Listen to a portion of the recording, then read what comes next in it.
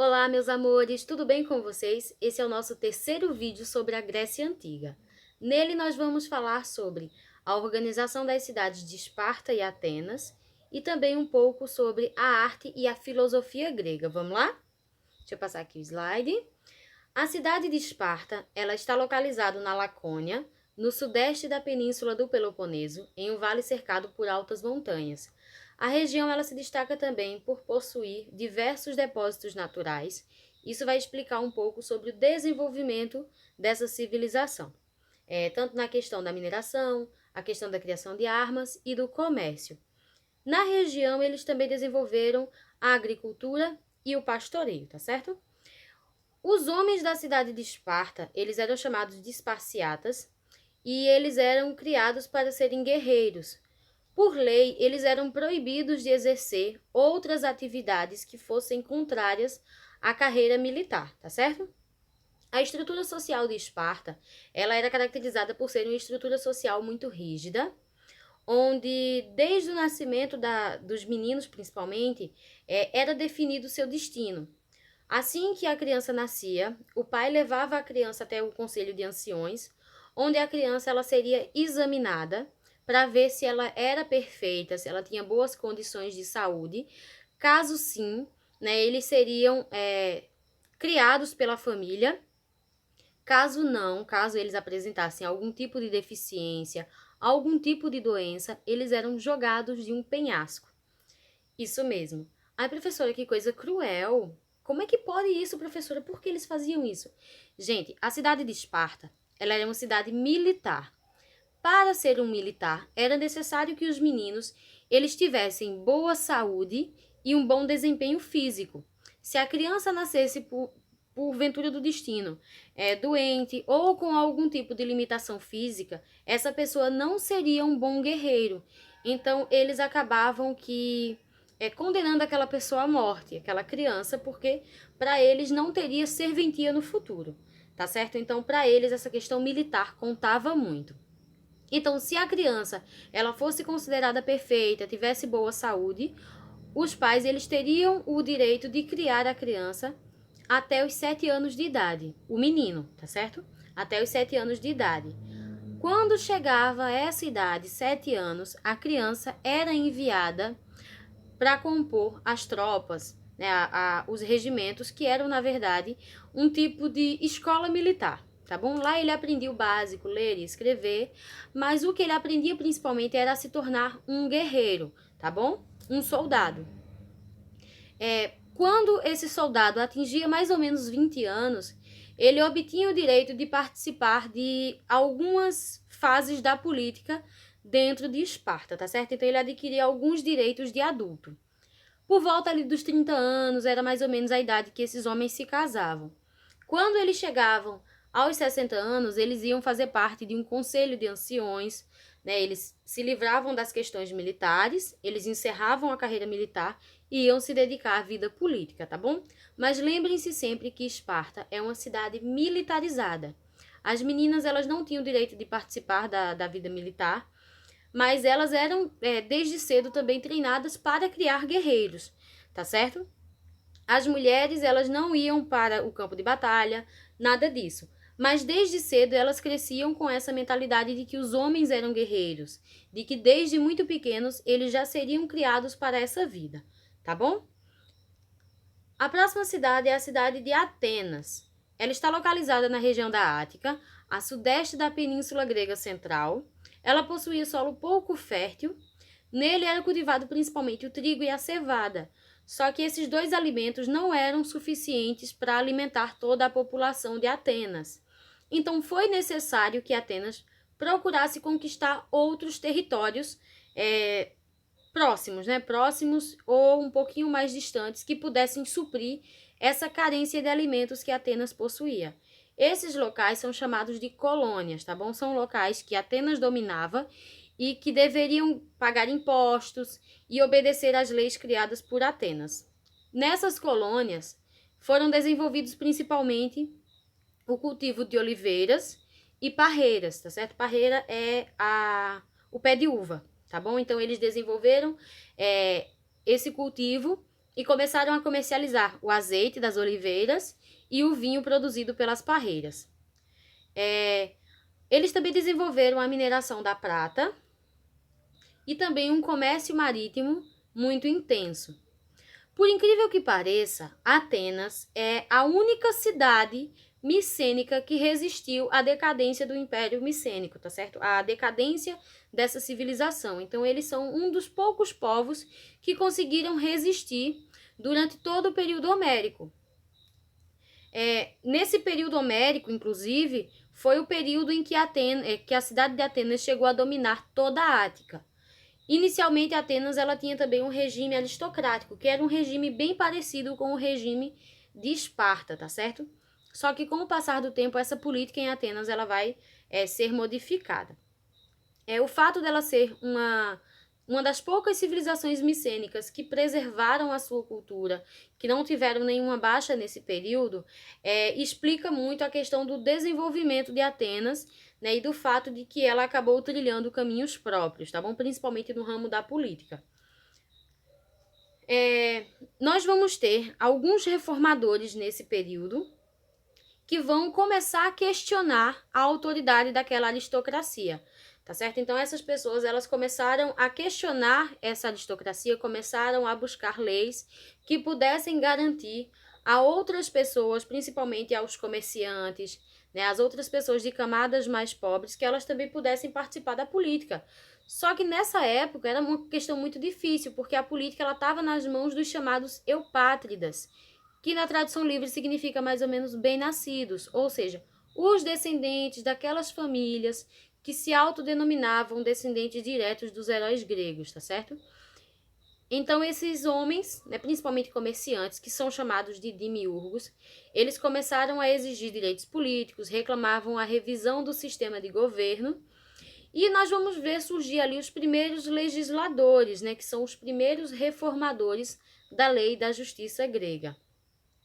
O primeiro deles é Drácon, por volta de 621 a.C. Ele vai instaurar a pena de morte.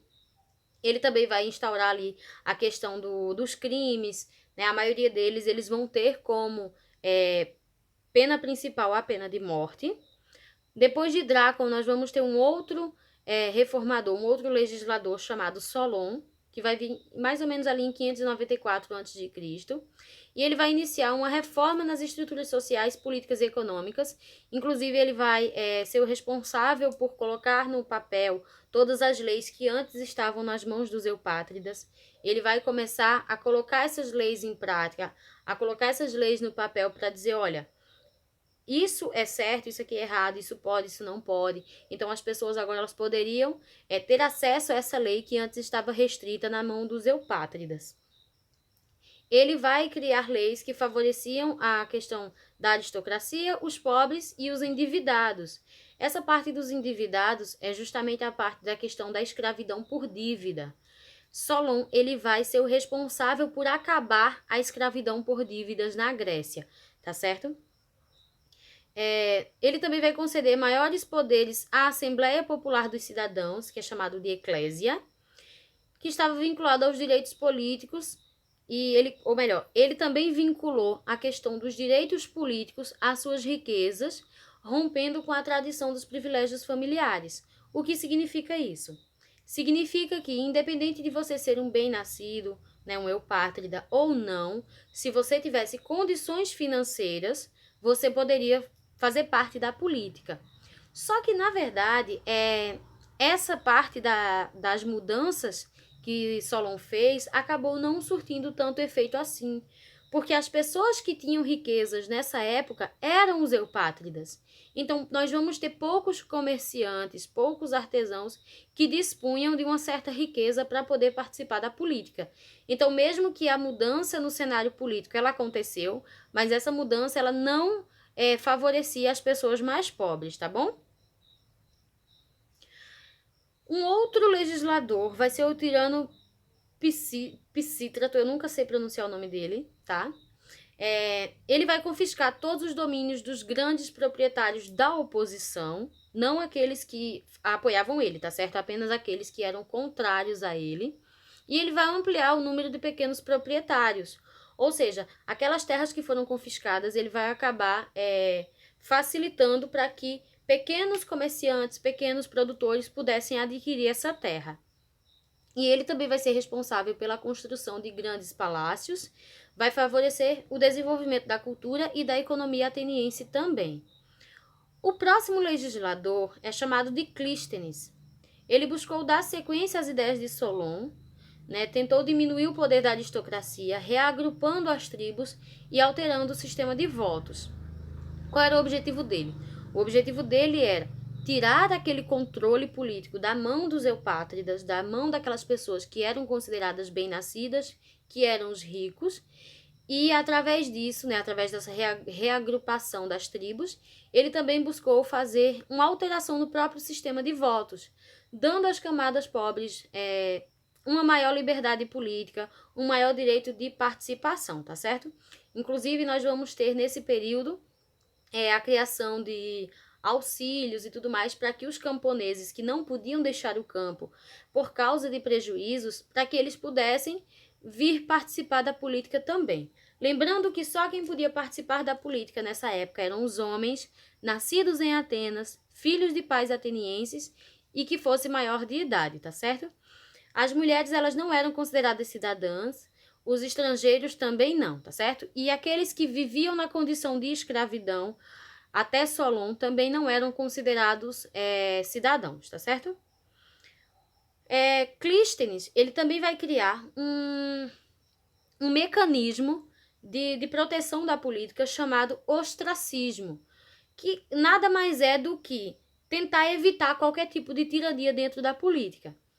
Quando uma pessoa ela era acusada ou ela era suspeita de fraude, suspeita de colocar a política ateniense em risco, os cidadãos eles se reuniam, votavam o destino daquela pessoa. Se aquela pessoa, por acaso, fosse considerada culpada, né, ela estivesse atrapalhando a política dentro de Atenas, essa pessoa ela seria condenada a ser expulsa de Atenas por um período mínimo de 10 anos. Então, durante 10 anos, essa pessoa não poderia retornar a Atenas e muito menos fazer parte da política, tá certo? Então, essa questão do ostracismo, ela vai ser fundamental para tentar manter a democracia dentro de Atenas, tá bom?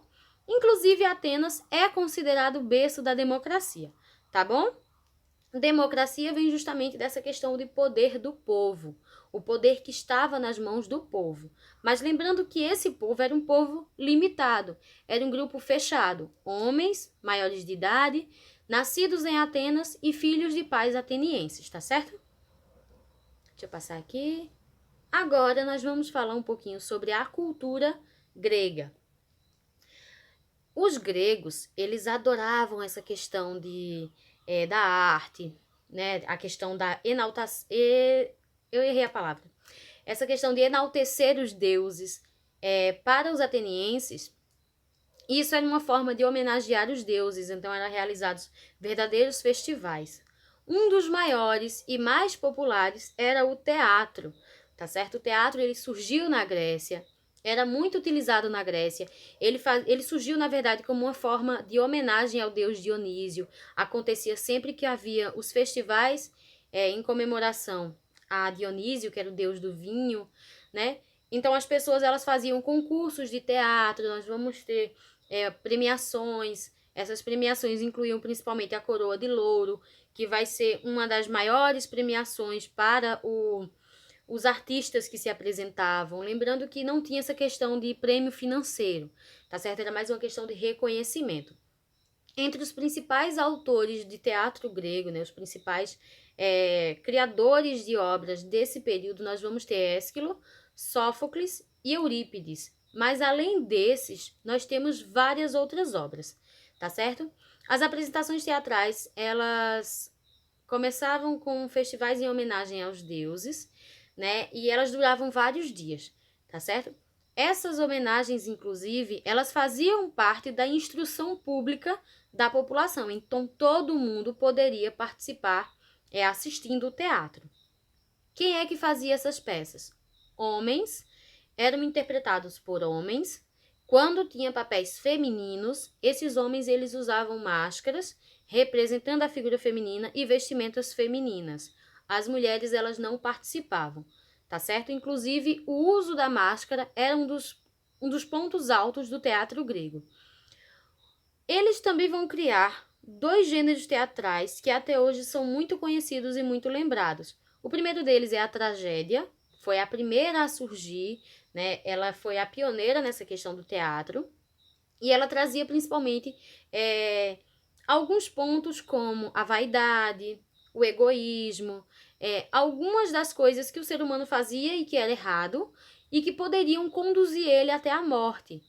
Como a própria palavra já diz tudo, a tragédia, ela sempre vai ter um final triste. Então, normalmente, algumas ações, algumas escolhas dos personagens iam conduzir eles para uma tragédia, para a morte ou para algum outro tipo de situação ali catastrófica, tá certo? Normalmente, eles sempre associavam a figura de heróis mitológicos a essas questões desses pecados que as pessoas cometiam, né? O egoísmo, a vaidade e várias outras coisas que eles consideravam errados dentro da sociedade. Já a comédia, ela foi um gênero teatral mais recente, né, posterior à tragédia, e ela retratava justamente figuras caricatas. De que forma? Ele buscava fazer críticas sociais, apresentando as mazelas da própria cidade, da própria sociedade como um todo. E ele satirizava mesmo, ele tirava onda. Então, esses 2 gêneros teatrais, eles se espalharam por toda a Grécia e hoje em dia eles são muito utilizados até mesmo em nossa sociedade, tá certo? Os teatros gregos, eles eram ao ar livre, aproveitando o próprio relevo do ambiente, onde o palco ficava na parte baixa e a plateia ficava toda na parte mais alta.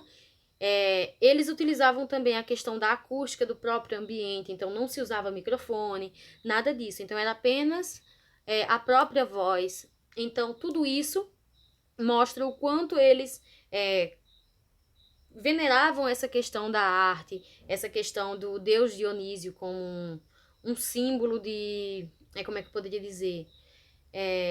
Um símbolo da moral, um símbolo do que o ser humano poderia ou não fazer, o que era certo, o que era errado.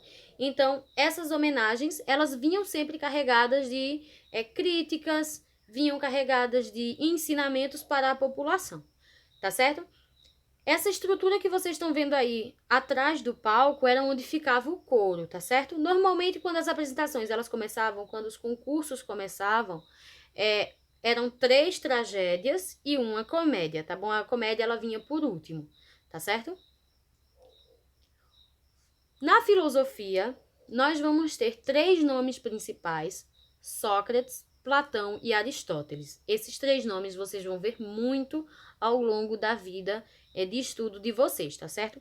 A maioria das matérias, acho que todas as matérias que vocês forem estudar, vai ter esses 3 personagens marcando presença, dizendo, oi, eu tô aqui, tá certo? A filosofia grega, ela surgiu em resposta a perguntas sobre o ser humano, seu senso de existência e sua capacidade de conhecimento. A filosofia para os gregos era uma maneira de alcançar e conhecer todas as coisas. A filosofia, ela tem início na Grécia, tá bom? Filosofia é o amor à sabedoria, tá bom? Então, ela se inicia na Grécia e ela acaba ganhando espaço ao longo de todo o mundo, tá bom? Já no campo da história, nós vamos ter Heródoto, que é considerado o pai da história, e Tucídides, que é considerado um dos primeiros a transcrever os fatos para o papel como eles aconteciam, tá certo? A história ela vai surgir como um desejo de registrar o modo como as coisas aconteceram no passado, e esses fatos eles eram registrados por meio da escrita. A história, ela significaria justamente o conhecimento por meio da investigação. Então, aqui vocês observem um busto. Foi feita uma composição entre Heródoto e Tucídides, tá certo? Que são considerados ali os grandes nomes da história. A história surgiu na Grécia, tá bom? A história, a filosofia e várias outras áreas. Vamos para o próximo. Já na ciência, quem se destacou foi Pitágoras e Arquimedes, que vocês também vão ver aí mais pra frente de novo em outras disciplinas, tá certo? E na ciência, eles começaram a pensar a ciência para entender como a natureza funcionava e o objetivo era estabelecer teorias que permitissem essa compreensão. Então, na verdade, a ciência ela seria uma extensão da própria filosofia, tá bom? Deixa eu continuar. Já na medicina, o principal nome é Hipócrates, que é considerado o pai da medicina, fazia parte do desenvolvimento da ciência grega e tinha como objetivo compreender as causas das doenças para pensar em possíveis curas para elas. Já no que se refere à questão da escultura, nós vamos ter 3 pontos principais da questão da escultura. São 3 períodos com características próprias, tá bom? As esculturas, elas tinham como característica retratar o ser humano e buscavam sempre a perfeição nos traços e a questão da perfeição nas proporções.